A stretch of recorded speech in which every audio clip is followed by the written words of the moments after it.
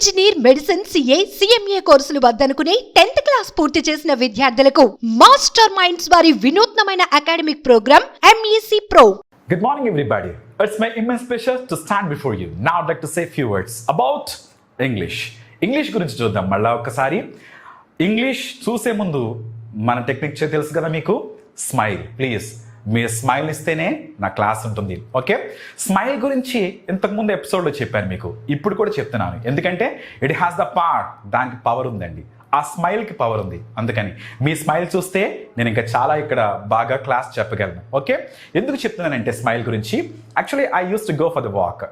I use to going for the walk right now. ఆ విషయం ఏంటంటే ఒక్కొక్కసారి వాక్ చేసేటప్పుడు అందరినీ చూస్తూ అబ్జర్వ్ చేస్తూ ఉంటే చాలా సీరియస్గా వాక్ చేస్తూ ఉంటారు, బ్రిస్కీ వాక్ అంటారు, ఇంకే వాక్స్ చేస్తూ ఉంటారు, చాలా సీరియస్గా ఉంటారు.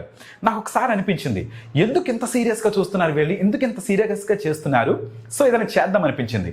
ఇలాంటి టీషర్ట్ తీసుకుని ఏం చేశానంటే ఒక ప్రింట్ వేయించాను. ఏమనంటే ఈ విధంగా వేయించాను, life is too short, smile when you still have teeth. అంటే ఈ జీవితం అనేది చాలా చిన్నదంట, చాలా చిన్నది. 60-70 సంవత్సరాలు ఈ జీవితకాలం కదా. ఈ జీవితకాలంలో so smile one you still have teeth అంటే పళ్ళు ఉండగానే నవ్వాలంట. పళ్ళు ఊడిపోయిన తర్వాత మనం మనకి ఎవరు చూడరు. So my dear friends, I'm telling again, please have a smile in your faces. Okay, thank you so much. ఇప్పుడు మన క్లాస్లోకి ఎంటర్ అవుదాం, ఓకే? Yeah, good. ఇప్పుడు నేను అడిగే క్వశ్చన్ ఏంటంటే, what is the meaning of be? మీకు చాలా బాగా తెలుసు. బి అంటే అర్థం ఏంటి? బి అంటే సింపుల్గా ఉండు అని అర్థం. ఈరోజు నేను మీకు బి ఫార్మ్స్ చెప్తాను. యాక్చువల్గా am, is, are, was, were, will be ఎక్కడ ఉపయోగించాలి ఏంటి అనేది కొద్ది కన్ఫ్యూషన్ కదా, నేను మీకు అదే చెప్తాను.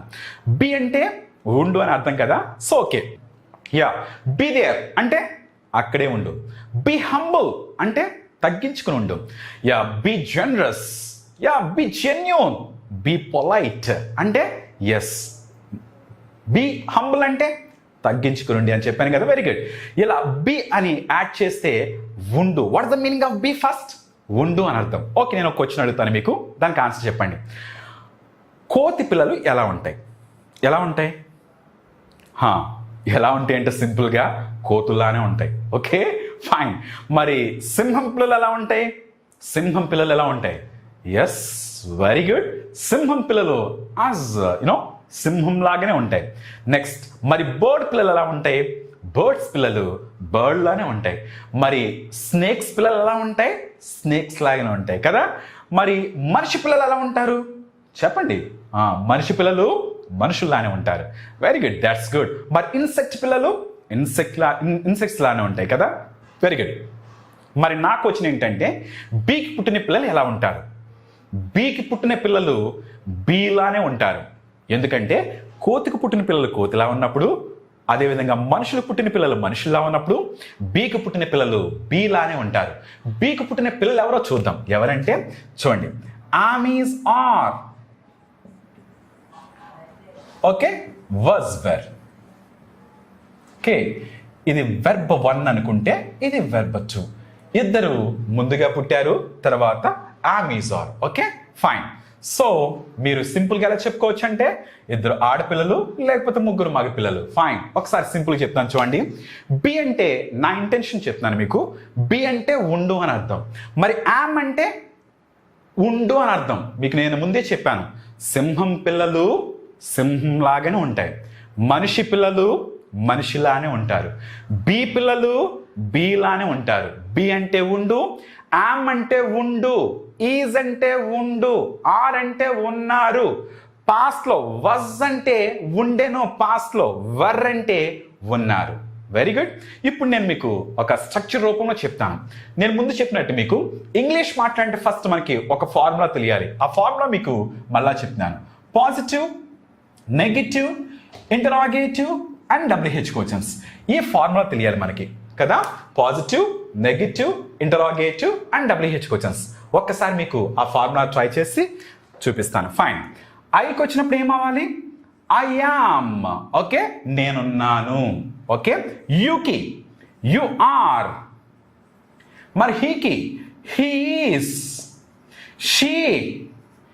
She is. They are. we are. Very good. So ఒకసారి చూద్దాం. ఈ బీ ఫార్మ్స్ పక్కన ఏమొస్తాయి? ఐ యామ్ అంటే నేనున్నాను, you are, he is, she is, they are, we are అని చెప్పాము. వీటి పక్కన ఏమొస్తాయి చెప్తాం. ఓకే ఫైన్, చూద్దాము. నౌన్ వస్తుంది. నేమ్కి సంబంధించి ప్రతిదీ కూడా ఈ బీ ఫార్మ్స్ యాడ్ చేసుకుని వస్తాయి. I'm Sunil Gavaskar, I'm Sunil.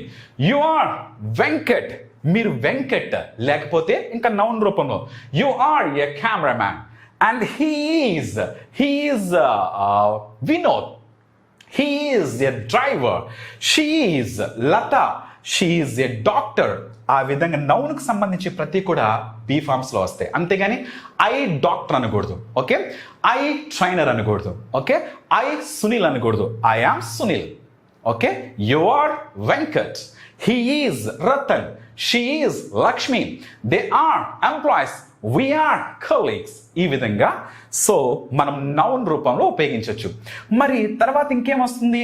Noun తర్వాత ఇంకేం వస్తుంది అని అంటే యాడ్జెక్టివ్ వస్తుంది. యాడ్జెక్టివ్ అంటే గుణాన్ని తెలిపేది కదా.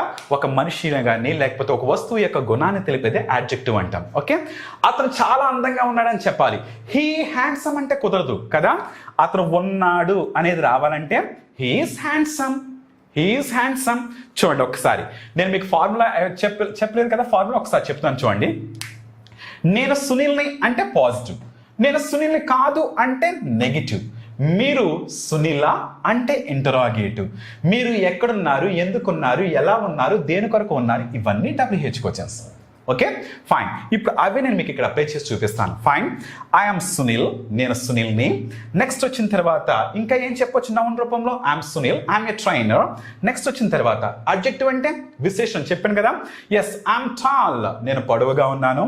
నెక్స్ట్ వచ్చిన తర్వాత ఇంకేం చెప్పొచ్చు అంటే మీరు చాలా అందంగా ఉన్నారు. ఓకే, యు ఆర్ హ్యాండ్సమ్, అతను చాలా యాక్టివ్గా ఉన్నాడు, హీఈస్ యాక్టివ్.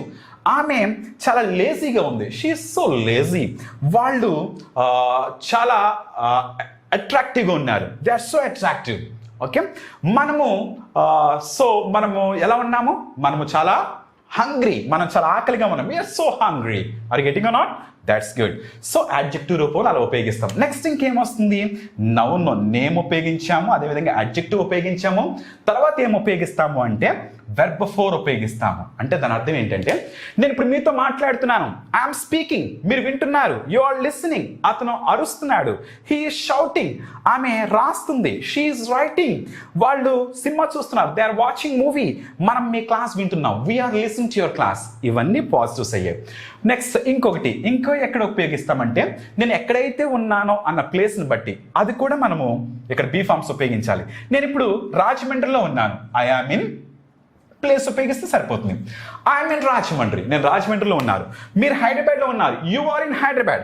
అతను మలేషియాలో ఉన్నాడు, హీ ఈజ్ ఇన్ మలేషియా. ఆమె హాస్పిటల్లో ఉంది, she is in hospital.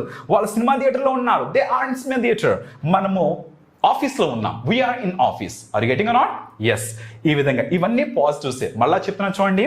I'm Sunil, I'm a trainer, I'm active, I'm speaking now, I'm teaching now, I'm in Rajahmundry. Okay, negative ఎలా చూపిస్తామంటే నాట్ ఉపయోగిస్తే నెగిటివ్ అయిపోతుంది అంతే. I'm not Raju, I'm not dull, I'm not cooking food, I'm not in Hyderabad, నేను ఇప్పుడు హైదరాబాద్లో లేను. Are you getting? Very good. ఇవన్నీ పాజిటివ్ నెగిటివ్స్. మనకి పాజిటివ్ నెగిటివ్ అయిపోయాయి కదా. ఒకసారి చూడండి. I'm Sunil, I'm not Raju, I'm active, I'm not dull, I'm teaching now, I'm not sleeping, I'm in Rajahmundry, I'm not in Hyderabad. ఇప్పుడు ఇంట్రాగేటివ్ చూద్దాం. ఇంట్రాగేటివ్ చాలా ఈజీ, ఒకసారి చూద్దాం. యు ఆర్ ఉంది కదండి, ఇది ఎలా తిరుగుతుంది అంతే. Are you, is he, is she, are they, are we, am I, ఇలా ఒక్కసారి చూద్దాం. మీరు Sunil, are you dash, are you plus ఏం వస్తుంది? నౌన్ వస్తుంది, యాడ్జెక్టివ్ వస్తుంది, V4 వస్తుంది, in place. Are you Sunil? Fine. మీరు సునీల్ కాదా అంటే ఆంట్ యు, ఆంట్ యు అని. ఎస్, మళ్ళా ఇవన్నీ వస్తాయి. ఫైన్. సో మరి అతని గురించి అడగాలంటే అతను డాక్టరా? Is he, is he. Is he a doctor? Next adjective, is he clever? Next V4, is he doing operation now? Next is he in operation theatre? ఈ విధంగా. అతను లేడా అంటే అతను రమేష్ కాదా? isn't he Mr. Ramesh? Okay, isn't he active? Next isn't he traveling? isn't he in Hyderabad? అలా. అదేవిధంగా ఆమె గురించి అయితే is she a nurse? Next adjective V4 in place. Next ఎలా చెప్పాలంటే is she, నెగిటివ్ అయితే ఎలా ఉంటుంది? isn't she అని ఇవన్నీ వస్తాయి కదా. Very good. మళ్ళీ చెప్తున్నాను చూడండి. I'm Sunil, I'm not Raju. Interrogate చేసినప్పుడు are you mister Sunil? Is he Venkat? Is she Latha? Are they workers? Are we students? ఈ విధంగా చెప్పాం. మరి WH క్వశ్చన్స్ చేయాలి. మీరెవరు అని అడగాలి. అప్పుడు ఏం చేస్తాం? మీరెవరు అంటే ఎస్, ఇవి WH క్వశ్చన్స్. మీరెవరు అంటే దీనికి WH యాడ్ చేయండి. మీరెవరు? Who are you? Who are you? మీరు ఏం చేస్తారు? What are you? మీరు ఎక్కడున్నారు ఇప్పుడు? Where are you? ఎందుకున్నారు ఇక్కడ? Why are you here? ఎలా ఉన్నారు? How are you? మీరెవరు అంటే హూ ఆర్ యు అన్నా. మరి అతను ఎవరు? Who is he? ఆమె ఎవరు? Who is she? ఆమె లత, షీఈ్ లత. ఆమె డాక్టర్, షీఈ్ అ డాక్టర్. మీరు డాక్టరా? Are you a doctor? మీరు ఎక్కడున్నారు? Where are you? ఎందుకున్నారు ఇక్కడ? Why are you? ఎలా ఉన్నారు? How are you? ఇవన్నీ కూడా చాలా ఈజీ. ఒకసారి మళ్ళీ ఒక్కసారి నేను చెప్పి ముగిస్తాను చూడండి ఒకసారి. ఇప్పుడు be forms, am is are. Am is are అంటే దాని అర్థం ఏంటి? ఉండు అని అర్థం. ఐఎమ్ సునీల్, నేను నా పేరు సునీల్ అయి ఉంది. I'm active. Next V4 verb 4, I'm teaching now. Yes, I'm in Hyderabad. Okay, negative అయితే ఐఎమ్ నాట్ అని చెప్తాం. ఇంట్రాగేటివ్ చేస్తే ఆర్ యు, ఇది ఎలా తిరుగుతుందంటే are you mister Sunil? Is he Venkat? Is she Latha? Are they workers? Are we employees అని చెప్తాం. WH questions అయితే who are you and what are you అంటే మీరు ఏం చేస్తారు? Where are you? Why are you? How are you? Who is he? What is he? Where is he? Why is he? How is he? Who is she? What is she? Where is she? Why is she? How is she? ఈ విధంగా నోటికి బాగా తిరగాలి. అలా తిరిగితే English రియల్గా యాక్చువల్గా ఏంటంటే ప్రాక్టీస్ ఉండాలి మెయిన్. ఓకే, ఇవి చూడడమే కాకుండా ప్రాక్టీస్ చేస్తే ఇంగ్లీష్ చాలా బాగుంటుంది. Anyway, thank you so much. So ఇంకో సెషన్లో మళ్ళా కలుద్దాం. Thank you so much.